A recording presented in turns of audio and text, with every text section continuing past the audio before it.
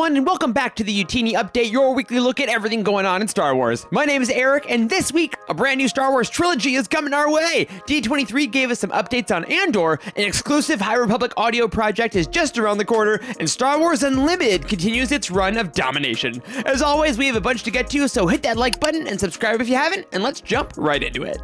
There's a new Star Wars trilogy on the way, and it just so happens to be from a pretty familiar face. This week, Deadline announced that Lucasfilm has closed a deal with Simon Kinberg to create a brand new trilogy of Star Wars films. He will reportedly be writing all three movies and co-producing the projects alongside Lucasfilm president Kathleen Kennedy.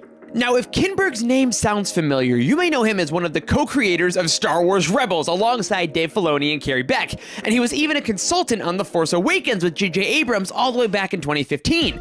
But Star Wars isn't the only franchise Kinberg has history with. He's been heavily involved with the X-Men, where he produced a ton of films and wrote the lauded Days of Future Past and the not-so-well-received Dark Phoenix. His resume also includes Sherlock Holmes, where he worked with Skeleton Crew star Jude Law, Mr. and Mrs. Smith with Lando himself, Donald Glover, and he even had a bit of time with the Chosen One, Hayden Christensen, when they made Jumper together. All that to say, Kinberg is no stranger to big-budget projects with tons of history behind them, and given the fact that he's getting 3 whole movies to tell his story, it sounds like Lucasfilm highly respects that experience. Now, as far as the content of these films go, that's up in the air. While Deadline initially reported the announcement, saying that these films would comprise episodes 10 through 12 of the Skywalker saga, other trades like Variety and The Hollywood Reporter have followed up, saying that the films will actually involve brand new characters outside the episodic structure. So, essentially, we don't know. And without an official announcement from Lucasfilm, which is still missing at the time of this recording, that uncertainty will remain. But this announcement does bring the film projects in the pipeline up to 10, and we have a link in the description where you can check out the latest status for all those that are in the works.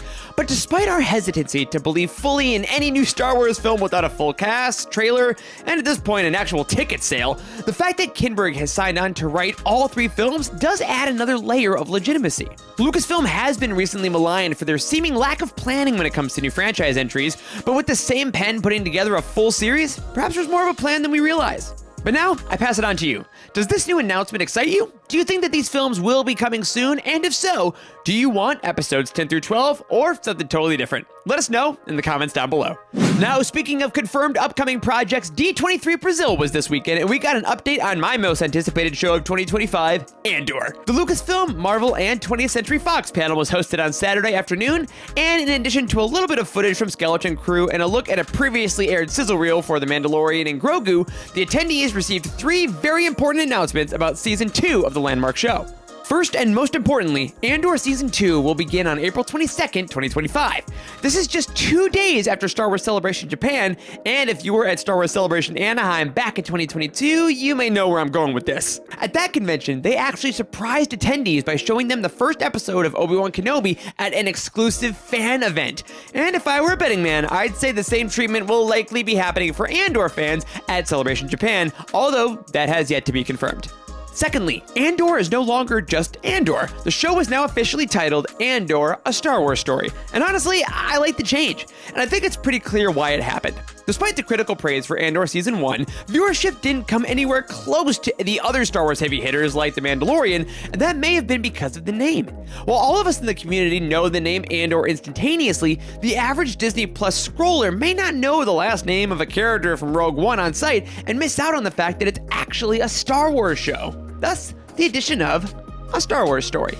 Obviously, this falls right in line with Rogue One and Solo bearing the same monikers, and who knows, maybe this will be added to all non-Skywalker projects going forward. Only time will tell. And finally, although this was revealed early on in the Andor process, we received further confirmation about the setup of the second and final season at D23. Season 2 will be comprised of 12 episodes, and there will be 4 story arcs of 3 episodes each. But as opposed to Season 1, which took place over about a year of Cassian's life, Season 2 will introduce a time jump of 1 year between each arc. So in total, the season will show us 4 years of Cassian's life heading into the beginning of Rogue One. Now, unfortunately, we did not receive a trailer for the new season yet, despite one being shown almost a year and a half ago at this point.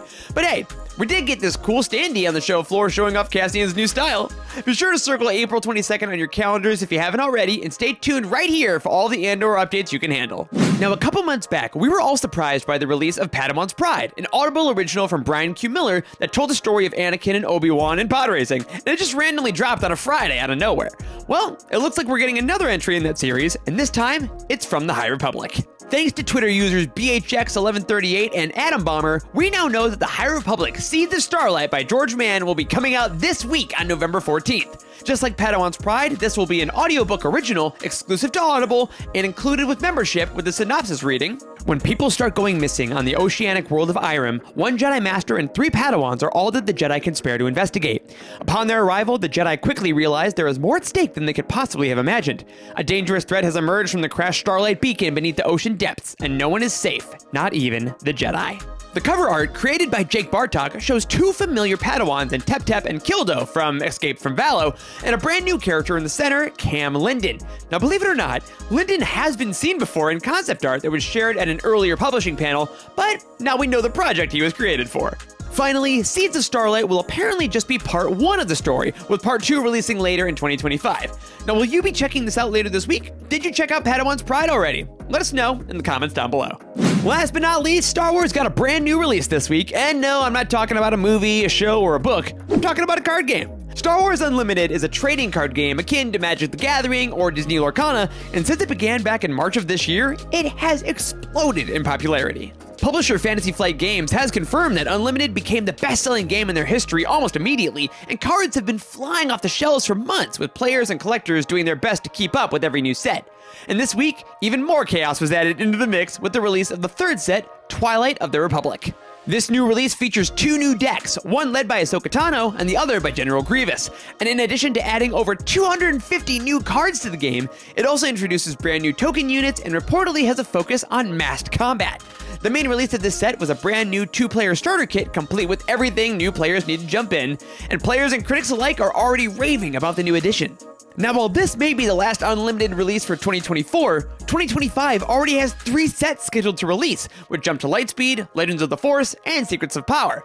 And Fantasy Flight has reportedly planned additional expansions all the way through 2027. For a new game, that much planning may sound like a bit of a gamble, but if the recent success of Star Wars Unlimited is proof of anything, it's proof that that amount of faith is definitely warranted. And that's all we have for this week. A brand new trilogy of films, a sequel to one of the best shows we've ever seen, some brand new High Republic, and even more collecting.